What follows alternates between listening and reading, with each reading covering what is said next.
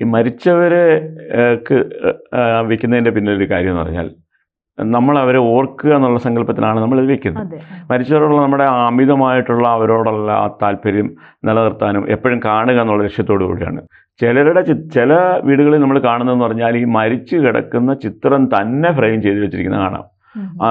കുടുംബക്കാരെല്ലാം കൂടെ ഈ മരിച്ച വ്യക്തിയുടെ അടുക്ക ഇങ്ങനെ നിൽക്കുന്ന പടങ്ങളൊക്കെ തന്നെ വലുതായിട്ട് ഫ്രെയിം ചെയ്തൊക്കെ വെച്ചിരിക്കുന്നതായിട്ട് കാണാം. പണ്ടൊക്കെ ഉണ്ടായിരുന്നു, ഇപ്പം അങ്ങനെ വളരെ കാഴ്ച കുറവാണ്. അപ്പം നമ്മൾ അവരോടുള്ള ആരാധനയാണ് അല്ലെങ്കിൽ അവരോടുള്ള നമ്മുടെ ബഹുമാനമാണ് കാണിക്കുന്നത്. പക്ഷെ അതും ഒരു എതിരായ ഒരു തെറ്റായ ഒരു നിലപാട് തന്നെയാണ്. കാര്യം നമ്മൾ ആൽബങ്ങളിലൊക്കെ അത്തരം ചിത്രങ്ങൾ സൂക്ഷിക്കുന്നതാണ് നല്ലത്. പിന്നെ വീടിൻ്റെ മുറിയുടെ തെക്ക് ഭാഗം, ഹാളിൻ്റെ തെക്ക് ഭാഗത്തൊക്കെ വെക്കാമെന്ന് പറയുന്നുണ്ട്. ചിത്രങ്ങളൊക്കെ വീടിൻ്റെ തെക്ക് ഭാഗത്തൊക്കെ ആയിട്ട് സ്ഥാപിക്കാം, അങ്ങനെ വെക്കുന്നതിന് കുഴപ്പമില്ല എന്ന് പറയുന്നുണ്ട്.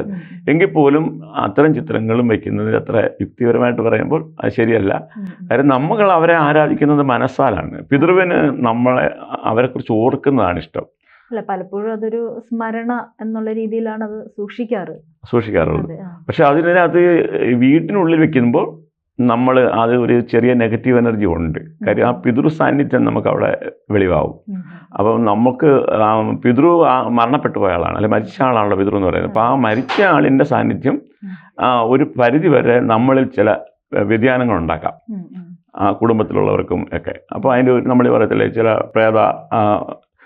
പരമായിട്ടുള്ള ചില പ്രശ്നങ്ങളൊക്കെ ചിലപ്പം വീടുകളിൽ ഉണ്ടാകില്ല. അതുപോലെ നമുക്കൊരു ബുദ്ധിമുട്ട് ചില വീടുകളിലെങ്കിലും ഉണ്ടാകാം. ജ്യോതിഷമോ വാസ്തുവോ പൂജയോ നിങ്ങൾക്ക് ആവശ്യമുണ്ടോ?